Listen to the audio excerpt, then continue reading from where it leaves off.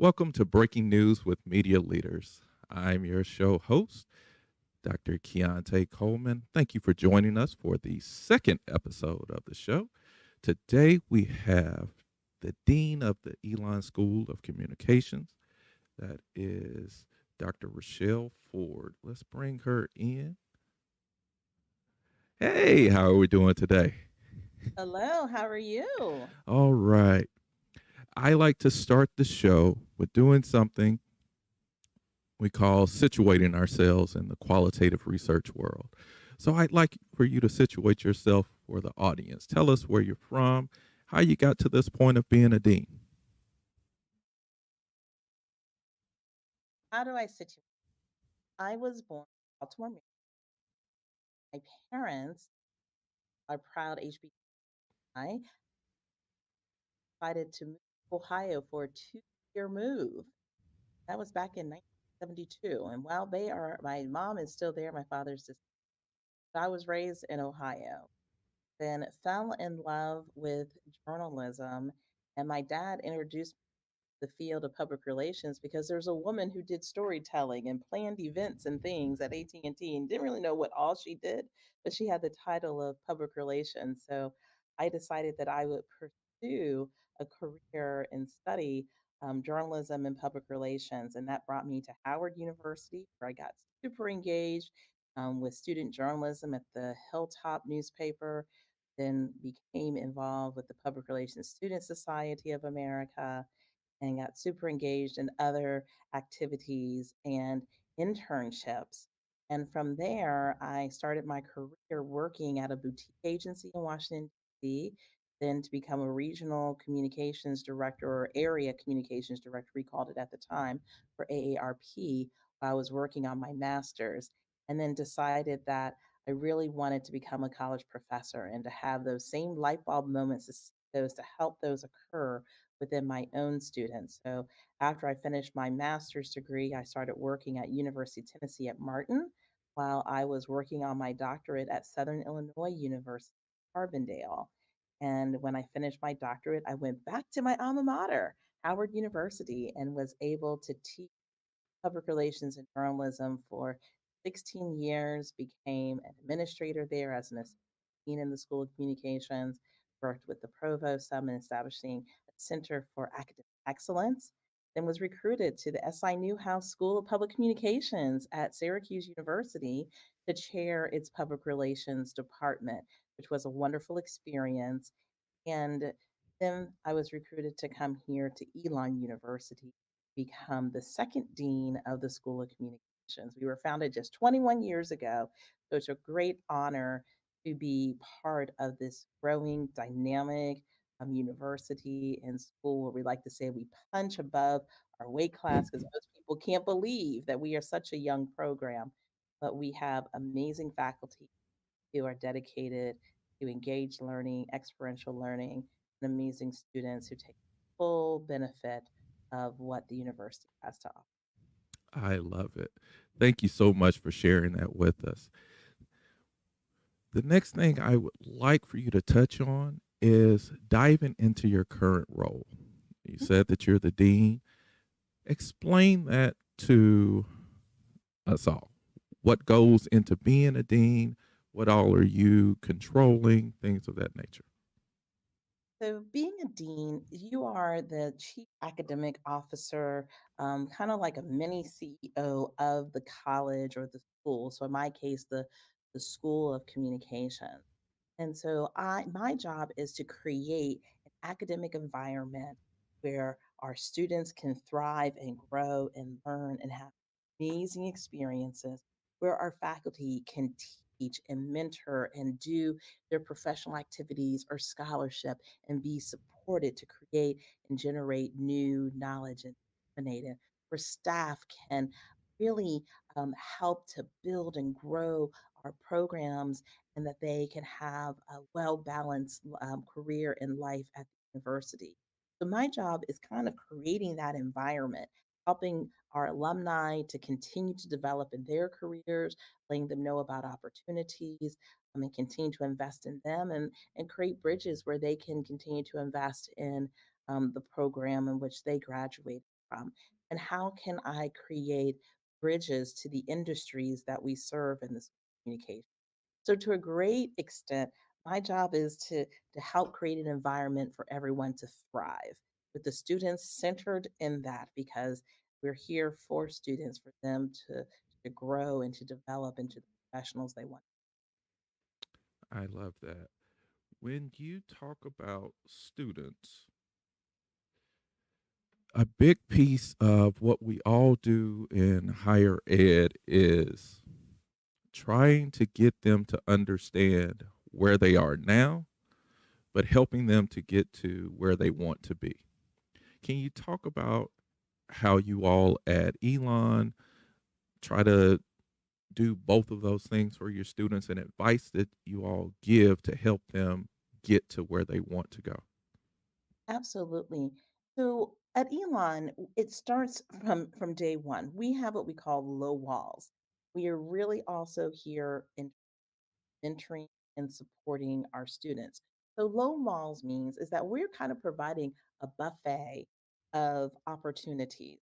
You don't have to apply to become a certain major at Elon. You can pick whatever major. You can take on multiple majors. You can take on multiple minors.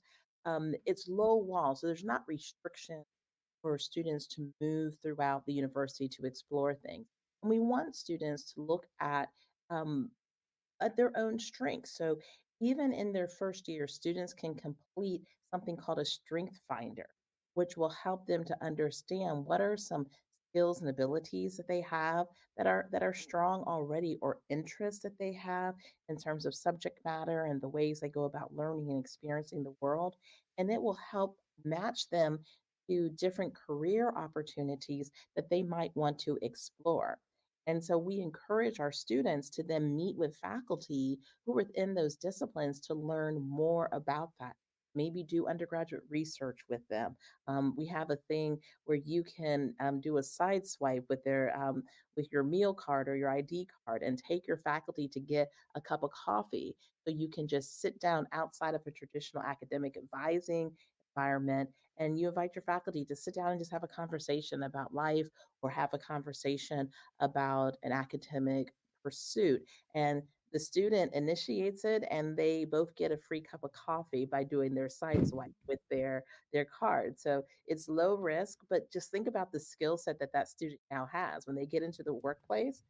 They might feel more comfortable asking their boss or asking someone from another department where they might have an interest in, hey, can we go grab a cup of coffee? Because they've practiced doing that as an undergraduate student. So between students being able to even do formal assessments like the skill finder, or sitting down and talking with faculty in an informal way, exploring classes. And if you like a class, then take the next class that work towards a minor or a major or what have you, or to explore that area for study abroad opportunities, have you. But part of knowing what you are good at, what you enjoy, is a big part of what you go to college for. No one expects an 18-year-old to know what they're going to do, 5 years from now or 10 years from now. The reality is, what most 18-year-olds, the jobs that exist in 5, 10 years after they graduate, may not even exist today.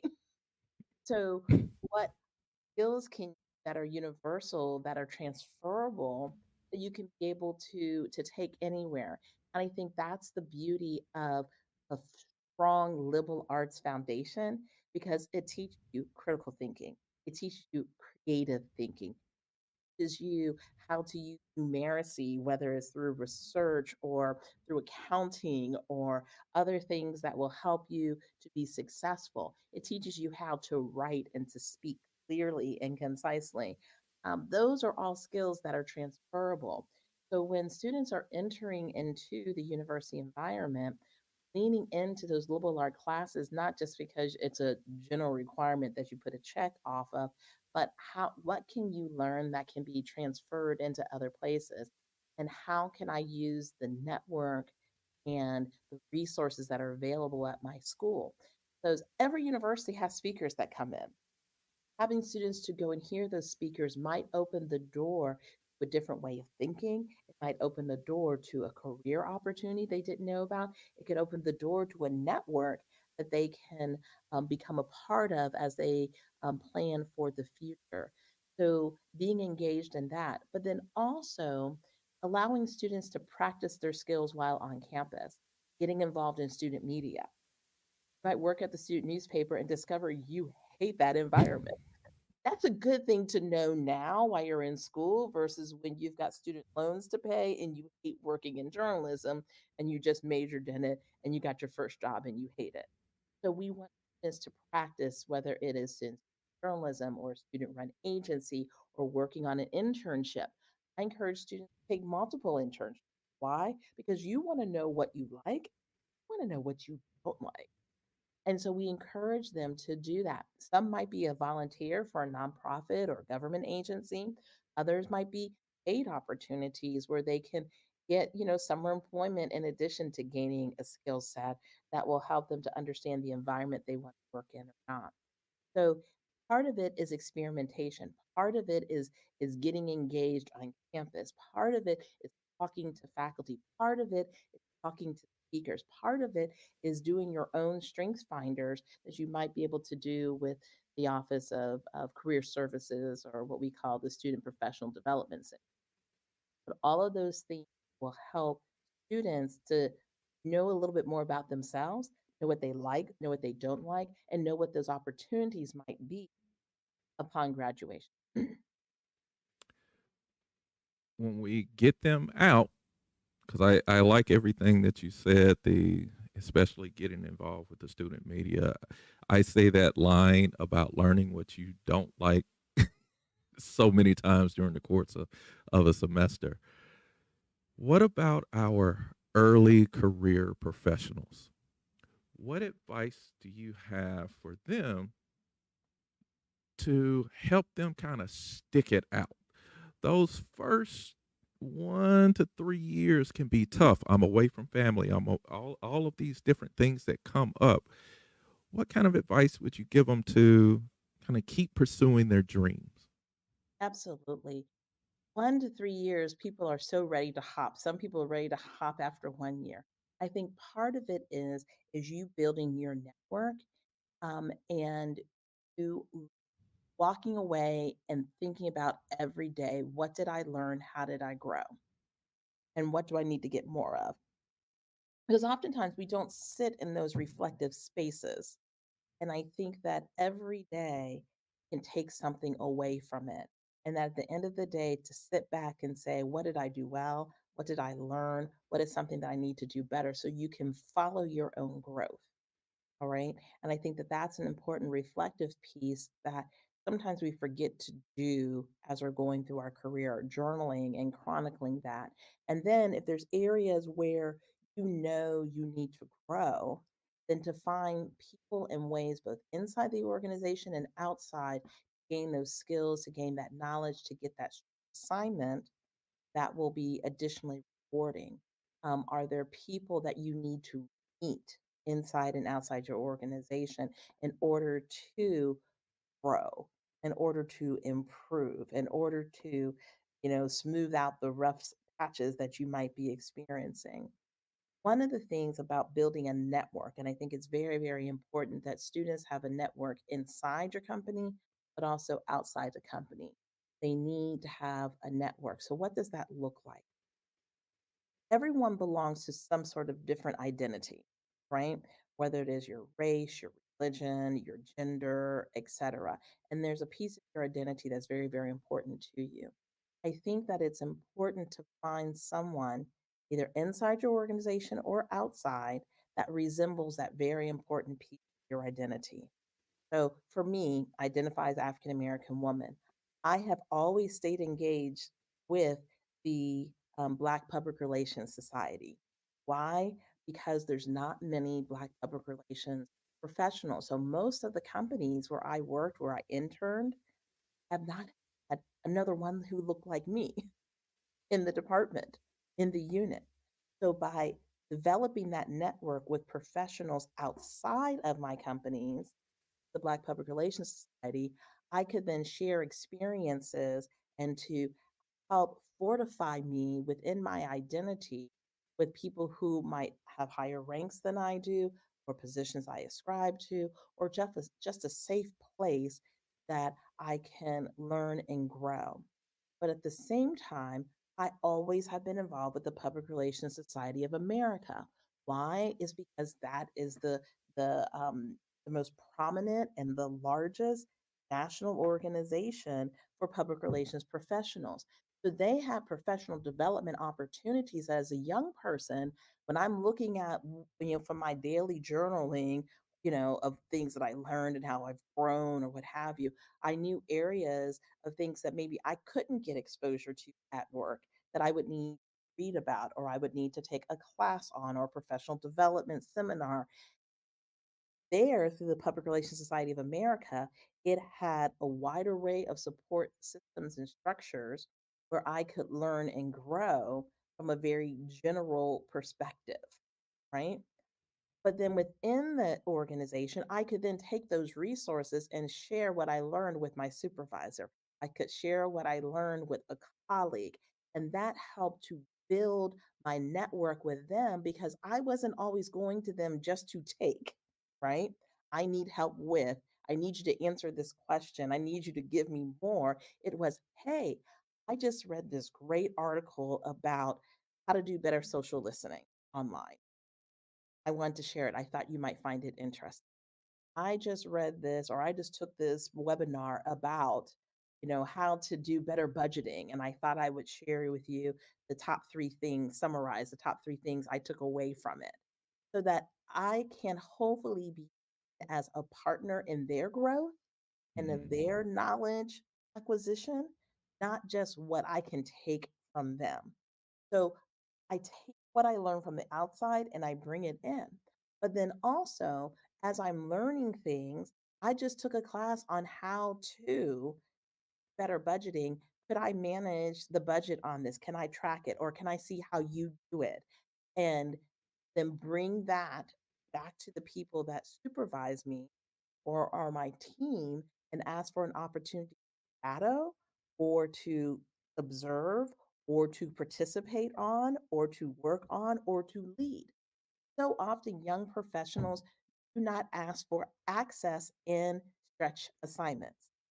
So, if I'm working at a PR agency, I need to know the business of that agency. Therefore, I need to say, hey, I would love to participate in a new business pitch. I will stay after and work on doing the research for that new business pitch. You don't have to even pay me, but I want exposure. I want to be seen as a team player. And that's going to make me so much more valuable to the team, because I'm willing to give of myself. I know that there's such and such an event. I would love to represent our company at that. And to ask for that, I understand that there is an overseas office that we have. I want to even go on vacation to that country. Could I go and visit and shadow somebody who is in that office? I would love to work while I'm there in that office. But you have to ask and let your desires be known, because then you'll be given the opportunity to have additional experiences. The other part of building your network, beyond just sharing what your knowledge is that you've gained from outside that they may not have access to, asking for exposure to, but is getting to know those people who are at the rank that you want to get to next or higher. So whoever is the top person within your function, you should go and ask, say, hey, could we have a cup of coffee together? Could we do a quick Zoom check in? Because I want to learn about how you got to where you are. And people love to talk about themselves, particularly if you don't want anything from them other than to hear their story. And so, if young professionals lean into getting to know how the people who are above them, particularly at the top, got to where they are, or the people who are at the middle, what gets them excited and motivated and their stick to itness, then they can begin to see their own career pathway of what it takes to climb that ladder within that organization. And then people now know your name. Because the average person, you're an intern at a company, they don't go and ask to speak with, we're along a train. So right outside my office are train tracks. I like to say I'm on the good side of the tracks, but the houses on the other side of the tracks are very lovely too. So you that was a short commuter train. I get Gotcha. to hear a freight train. But so many young people, if I go back to the point earlier, so many young people or even middle level people are afraid to write to the communications officer. But if you've joined that team and you're in the marketing department, you should be writing a note to the chief to say, hey, I'm so excited to be a part of your team. I started yesterday. They may not even known that somebody was hired in that function, but you need to make yourself known, be visible. People don't get handwritten notes anymore. If you send the person at the top of your organization a handwritten note just to say thank you, I'm so happy that I'm, you know, this graduate intern, in your unit, they're going to remember you because all they typically get are emails that they barely can get through. Mm, So find a way that you can build your network, that your name becomes known, and then be excellent every day. And even if it is the most mundane task that you're called to do, what is the purpose of that task? When you finish it, who uses it? What do they use it for? How does this help to deliver on the promise of that organization to its customer? And you got to know where you fit in. So have your internal network, make yourself known, ask for stretch assignments, ask for exposure, but then also have your safe space outside of whatever that strong identity group is. Find that on the outside, but then also make sure you are part of that larger professional environment, be it the Society of Professional Journalists or the American Advertising Federation. Be a part of those organizations so you can know what the future of your industry. I like that. You gave so many great tips for those early professionals. I think we want to show a little love to our faculty and even mid-career professionals in the media world looking to advance up the leadership ladder. And I know it can be slightly different for faculty versus in industry. So if you wanted to take them separately or just kind of talk in general, that would be great. I don't know that it's a whole lot different than the advice for the younger people, Okay. right? Because let's say that I am a faculty who's an assistant professor. I need to know what does it look like? How did the associate professors earn tenure and promotion? Therefore, I need to talk to them. I need to get to know them. I need to see what themes that might exist. A lot of universities provide trainings that you will learn how to prepare dossiers for tenure promotion. They will offer workshops on how to submit an article for publication or how to improve your teaching. You need to stay engaged with those internal resources, build your network, not to brown nose, but how did they get there and what are the themes that surround that journey to that next position that you want to achieve. Then utilize the internal resources that are available in order to improve your skills in the way that the university has an expectation, so that you're always in a growth mindedness within your role. But then the same thing as I suggested, entry level or college students or people 1 to 3 years out, you need to build a network on the outside. So if you're a faculty member, what is your discipline? If you are in the broadcast, journalism area, well, maybe you're a part of the Broadcast Education Association, BEA, and you are there presenting papers, you're reading the journals, you are submitting your work to those journals, you're going to the conferences, you are meeting people, and you are able to get involved and engaged so that your research will get out there and that you will have a professional support structure as you continue through your career and to eventually become seen as a leader in that discipline as well. So I strongly believe, and this is because, again, as being in a journalism, communications, professional school, I think it is just as important for faculty to have an awareness of the industry side as it is to be a part of the academic side, because whatever scholarship we are generating I believe it should move our industry forward and help them to prevent making the mistakes of the past if we're historians. Our job to let people know that this worked and why, and this didn't work and why, so that hopefully we won't recreate mistakes and we'll make things better. But if we only write to each other as academics and historians, then the industry won't learn lessons from what we wrote about. So we need to take our research and present it at Society of Professional Journalists. We need to present it at the NABJs. We need to present it at the PRSAs or the page societies, et cetera, so that you are not only building a reputation as a scholar for other scholars to see, but you're building a reputation as a scholar that professionals want to hear from, that you're now a thought leader. So as you move up as a faculty member, you have to know what it takes inside, but you also need to be relevant outside of your organization. And I truly believe whether you're at an R1 or you're at a, 8 course load teaching institution or more, right? You an amazing our universities would not exist if it were not for students.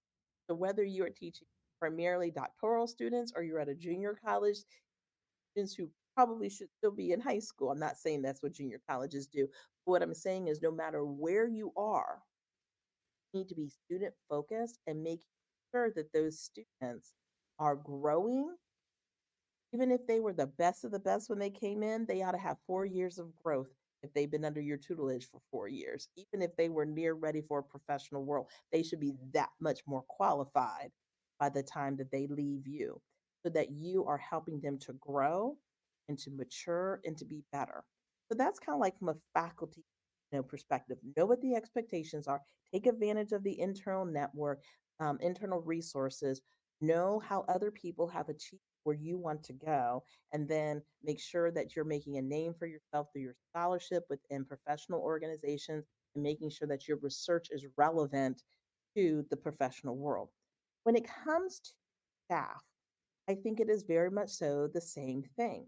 Be excellent in what you do every day. Set goals for yourself, short term as well as long term. And if your supervisor is not involved with that, make sure that you bring it to their attention that this is a goal that you would like to set for yourself and how you plan on achieving it and get their feedback. Because too often we wait for our supervisors to set our goals. And then when they don't, then we feel disappointed.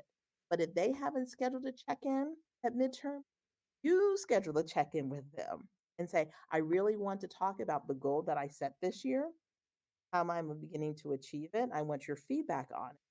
And then set another appointment at the end of the year. And again, if they haven't said it, you set it because it's your career. And if you don't take ownership of your career, then no one else is going to, unless you have this amazing supervisor who keeps, but not every supervisor is. So have to put the onus upon yourself. So what is it that you want to accomplish this year? And how does that feed into your 3 to 5 year goal?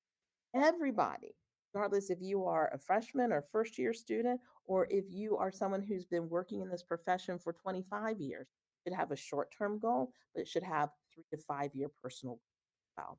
And then what are you doing that your individual 1 year goal, how does that align to your 3 to 5 year goal?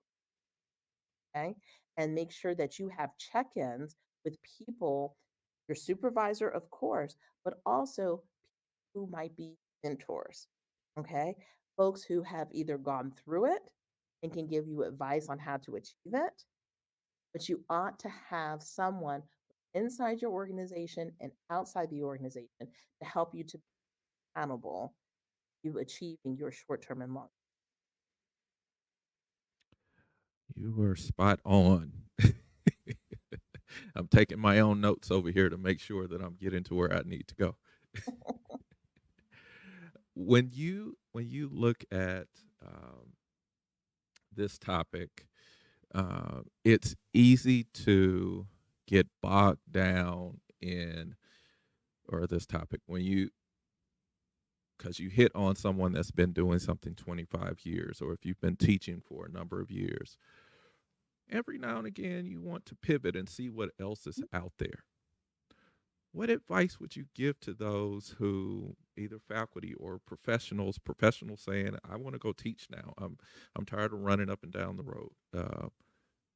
What advice would you give those who want to maybe pivot in their careers? I think it's always important to see what else is out there. And that goes back to some of the same things that you encourage a student to do. You need to be reading what's being published in that industry, right? Read about what other opportunities exist. Talk to people who are doing it. Again, people love to talk about themselves. Invite someone to a cup of coffee, send them a Starbucks card so they can go get their own and do it over Zoom, right? Um, but engage with people who are in that space. And then definitely show your gratitude with a thank you note at the end. But I think it's important to do webinars or to go to a conference just so that you can explore and learn about that space that is intriguing to you, and what does it take to get there. And you're not asking anybody for a job, but you're exploring what that might be. And then you have to take calculated risks, right? A calculated risk means that you know for everything that you take on that you have to let go of something else. And can you afford emotionally, physically, financially, you know what I mean, to take on what that new thing is? What will I have to give up or transfer through? So that you take a calculated risk, because timing is critical. There are some opportunities that will come up once, they may never come up again. And you have to decide is, can I take that risk today? There are other opportunities that will come up again later. You might have to wait and take a calculated risk that is better to wait because of all these other things that I need to. So it's about taking informed calculated risk. But Mhm. the informing part starts off with the risk of you using your time to attend a webinar, to read a book, to listen to a podcast, sit down and have a conversation with somebody who is in that space. It takes time. And then when you begin to become informed about what that is that you want to enter into, then begin preparing yourself to enter into it, and then understand what those risks are if I were to transition in this new space. I think that is sound advice. You, I think once you make a pivot, others are watching you to figure out, all right, is that pivot going to last, and are they happy with the change? So I think now I'm starting to get more questions from former colleagues about this side of things. So I think the going to conferences and understanding, that's something I'll add to information that I pass along, because I think that can be very helpful. And it is a risk. It's a risk to stay where you are and not to try something, because you could be missing out on something awesome.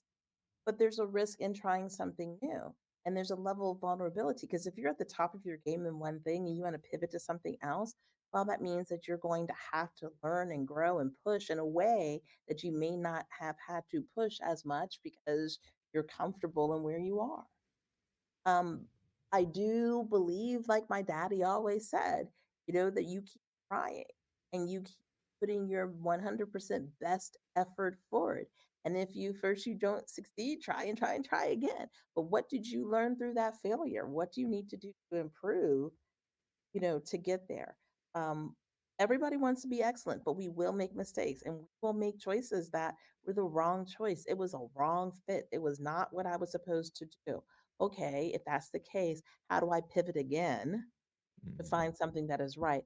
How do I stay so that I do have the financial stability I need for myself and my family as I look to move to what comes next?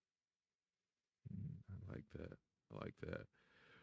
One piece of this show that I have to make sure that I get in is the name of the show is Breaking News with Media Leaders. So I'm going to ask all of my guests to break a little news for us. So, what would you like to break for us today? It's so funny that you asked that question because I feel I was sharing with you earlier. I broke my ankle. It's been about a month, and then my daughter got hit by a soccer ball, so she's like recovering from a concussion. I don't even know what in the world is going on in the world. My family totally is like convalescing. But what I will say, which is exciting on, is that Broadcast Education Association did a ranking of the schools whose students in the last 5 years have won the most awards. And I am proud to say that Elon University is in the top 10 of students who are winning awards for excellent work in communications. So we are number 6 in the nation, and we are super proud of our students for doing all that they continue to do and striving for excellence, and that others have seen their excellence. And that excellence would not have been possible if it weren't for our amazing faculty, our staff who are coaching and are mentoring them, supplying the equipment for them to excel. So I am so excited about that national ranking, and I'm super proud of my students, faculty, and staff who hard work has paid off recognition by our industry. That is phenomenal news. That's fun. And the breaking of the ankle and the concussion, I hope all is well on It that is. end of things. I really do. I hid my crutches underneath my desk. Usually they're propped up behind me, but I didn't want to break it that much. Okay. One of the items that is near and dear to my heart, and I know that it is to you, is diversity, equity, and inclusion. So, if you could share with us kind of the culture uh, at Elon and how you all deal with DEI within the JMC program, but also the university, uh, because I want to have these conversations with our guests so that others who they may can take some tidbits from you and what you all are doing.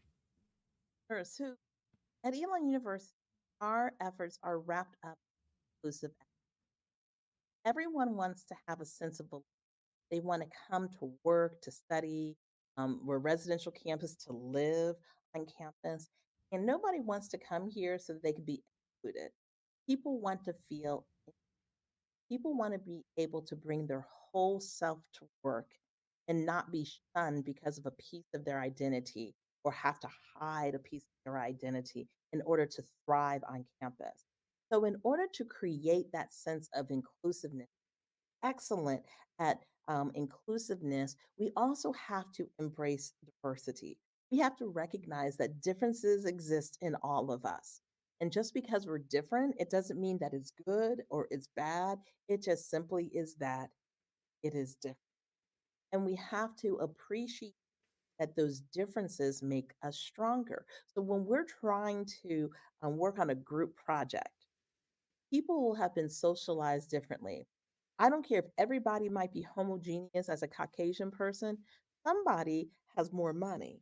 Their socioeconomic status is higher than someone else's in the group. Somebody was from rural America and somebody was from urban America. Somebody is from the North and from the South. Somebody is Protestant, somebody's Catholic, and somebody is Jewish, and somebody might be Buddhist. Or the most popular form of faith identity is of no faith tradition, right? The nuns of the world. When you come to a table recognizing that everybody's going to draw from their background and look at that problem differently will help us to come up with better solutions. So diversity, whether it's in a classroom or if it is working on a student media project or if it is the faculty as they develop the curriculum, our differences can actually make us stronger because we're going to view the world differently. So that begins with all of us understanding, who am I? Like if you just did the exercise, if everybody on campus did the exercise and asked themselves, who am I, 15 times, and you have to have a different descriptor of yourself, not just an adjective, I'm happy, I'm positive, but parts of your identity. Who am I in my race? Who am I in my social economic status? Who am I in my religion? Who am I in my gender identity or my affection, identity? People will begin to understand who they believe that they are, what do they avow, and how does that shape how they view the world. Understanding diversity and leaning into it begins with understanding yourself. And how does that have an influence? And in what aspects does it have a greater influence or not? Because if we all recognize that there's some intersectionality in all of us at play, it'll help us to better understand when other pieces of identity are at play that are different than ours, because we come to terms and we understand who we are. But also in understanding diversity, we also have to understand that our country, our university, is built around systems. And some people were part of building those systems, and some people were excluded from those systems, right? And some of those systems work in efforts of fairness, and other ones historically have been unfair. But we have to understand that there is not an even keel grounding for everyone. And so, where are those structures of inequality that need to be fixed? And that means having equity mindedness, that sometimes people do not have the resources, the skills, or the knowledge to be at an even playing ground. So, if we want everyone to contribute and really realize the benefits of the diversity, if we want everyone to feel included, we have to recognize that not everybody starts at the same exact space with knowledge, skills, ability, wealth, access. And when we find those inequalities, what do we need to do to level up, right? That people can fully express, can fully engage in whatever it is the task of the day is. And so that's the equity piece. So at Elon, we're striving for inclusive excellence, right? In order to achieve inclusive excellence, everybody has to understand that we are not monolithic, single identity. So, what are our identities? Each of us have to understand ourselves. We have to understand the difference, and we have to understand that the difference makes us better, right? And then we also have to take a close look at history, sociology, economics, politics, all of those things that we study in a great liberal arts environment, and how those things are at play in different situations. Where are areas that we need to create greater fairness, greater access, so that people can indeed have inclusive excellence? That is a lot that makes sense, that helps put the conversation in a context that I think is accessible for a lot of people. What are some of the practical things that you all may be doing on the ground to make the space a little more inclusive, or to um, shorten that gap, that equity gap for different populations? Absolutely. So, one of the things that in the School of Communications that we are doing and responding to, and I'm really proud to say that our school had a leadership role in ensuring that other schools of journalism, mass communication, and departments who are accredited strive for this as well. And that is that how are we preparing our students having a multicultural understanding of the history of our practice? Because I believe that we are the keepers of the culture. And if you're the keepers of the culture, you have to recognize the power of the media, be it news, be it cinema and television that you write, watch, the music that you are listening to, etc. But we are the ones who are producing that content. So we have to understand the power that the media has had in the past, but it's a multicultural power.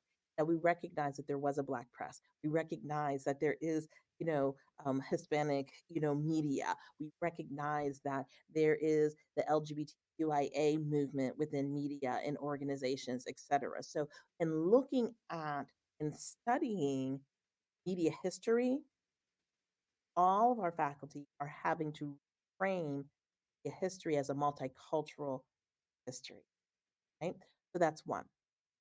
And if you're accredited, everybody has to begin to do that. So it means new textbooks, it means new professional development for faculty because people have to learn what they didn't learn Mm. when they went to graduate school because a lot of it wasn't taught. But we've got to learn it because as faculty, we have to continue to grow.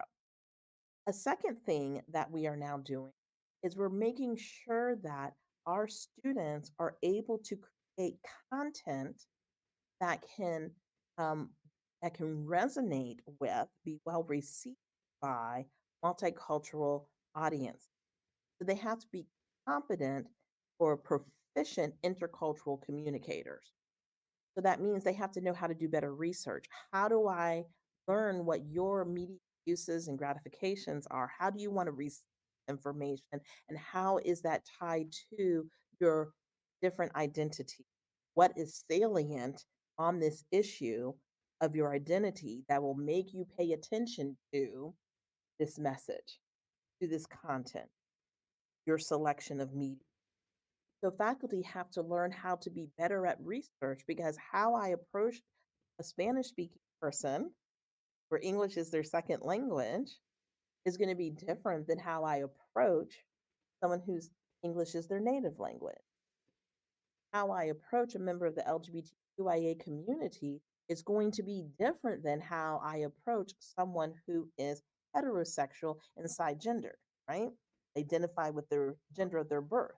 So faculty need to learn how to do that kind of research and force themselves to make sure that their samples are diverse when they do their own research and help students to be able to do research with subjects who are different than themselves, to produce content for audiences that are not themselves. Because we love to do stories that we like, but how do we create stories that resonate? And then how do we avoid um, creating content that's going to be uh, hurting one of the fault lines that exist? So if you look at the Maynard Institute, we've introduced all of our faculty the fault lines, line of research and the paradigm to judge if we hold comprehensive stories that look at issues of social economics, that we are communicating stories that have difference of place, either urban or rural or suburban or urban or what have you. Are we doing stories and have we avoided tripping over gender identification? Are we doing diverse stories? Are we trying to avoid the terminologies that might be offensive to people from different religions or sexual orientations, etc. Um, so we can be culturally proficient communicators. But again, as keepers of the culture, um, we have to also make sure that we are creating students who can work on diverse teams and students that can advocate for diversity and inclusion and equity within our industry. So, on that front, we have instituted a new course. It's going to be required of all of our students beginning in 2023 that they have to take on inclusive leadership and communication, where they're learning who are they? They're thinking about their own independent identity. What do they avow?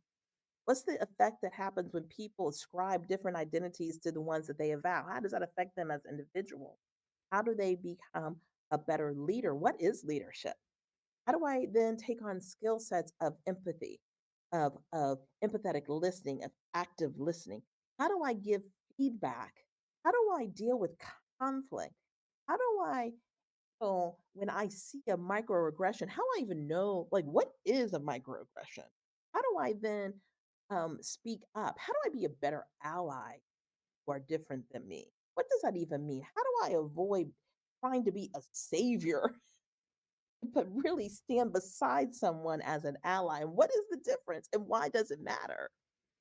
We're having those conversations because I want my students to not only be team members, because every team member is a leader. If you're a follower, you also are a leader because you're a member of that team. You're expected to contribute to the team. That's a form of leadership, is contribution. So, how do I contribute in a diverse environment?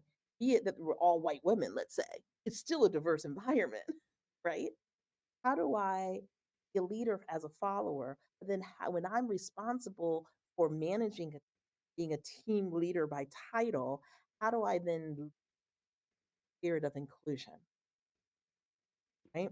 How do I recognize the diversity but don't trip over it? How do I not avoid landmines, but how do I then ask for forgiveness when I have foot in the mouth disease? And how do I learn to avoid that? So we created a class that focuses the attention on just that leadership. But then all the other classes deal with those other things that I talked about. When you take a 100 survey class about, media and society, you're learning about multicultural media. When you take your writing class, you're pulling up the AP style book and you're seeing how you should be using pronouns, if at all, in stories. Should I be using Mr., Ms., Miss, Mix, whatever? Or do I avoid doing that? And why does the AP style book say to do that? How do we pull out what the Native American journalists say in terms of being more appropriate with different indigenous populations in the United States? So we do that in the writing class because that helps them to create being more interculturally competent communicators.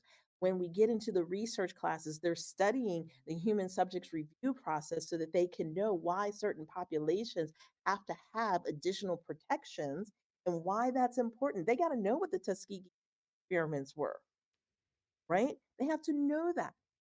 So they are learning diversity, equity, inclusion in their research class, but they're also learning it in their camp because they need to know how to segment audiences. And segmenting audiences is no different in the white community than it is in the black community, it is in the lesbian community or the transgendered community.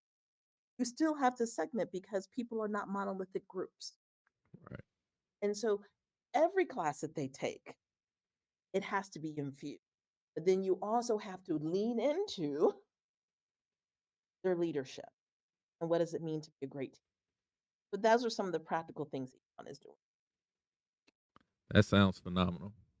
And we we need to just copy and paste that all around because it's sorely needed.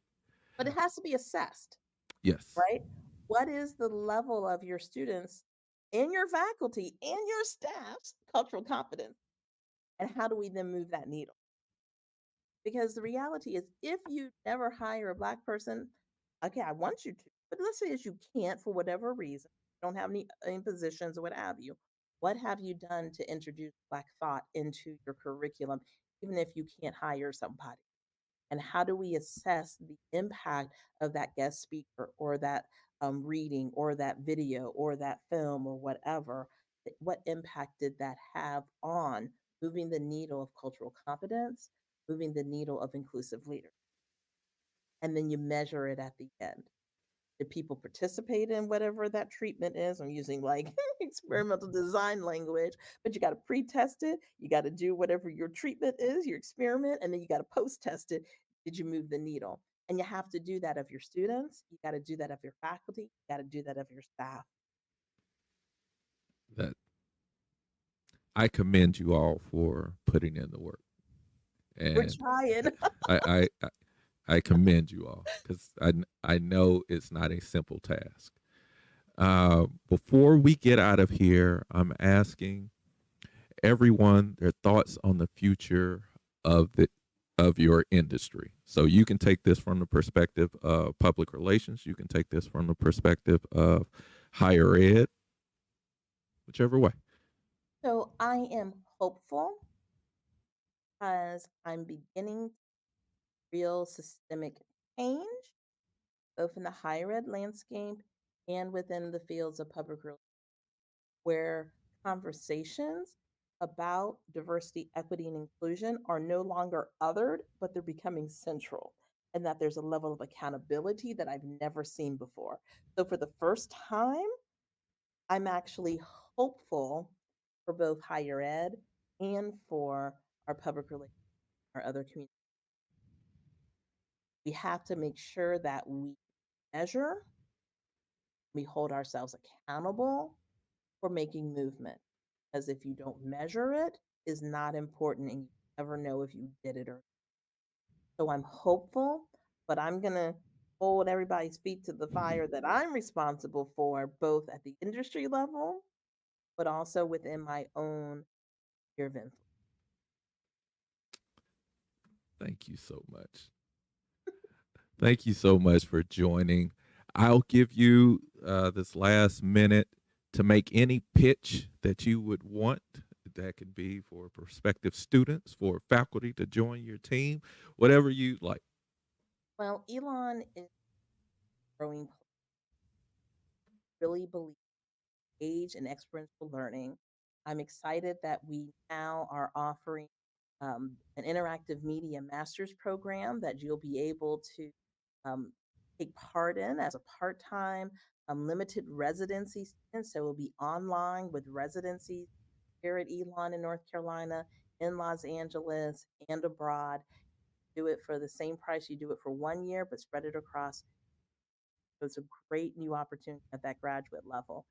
But in addition to that, it's a wonderful place to work. It's a wonderful place to study, wonderful place to live, as we are striving for excellence every day, and truly we're striving for inclusive.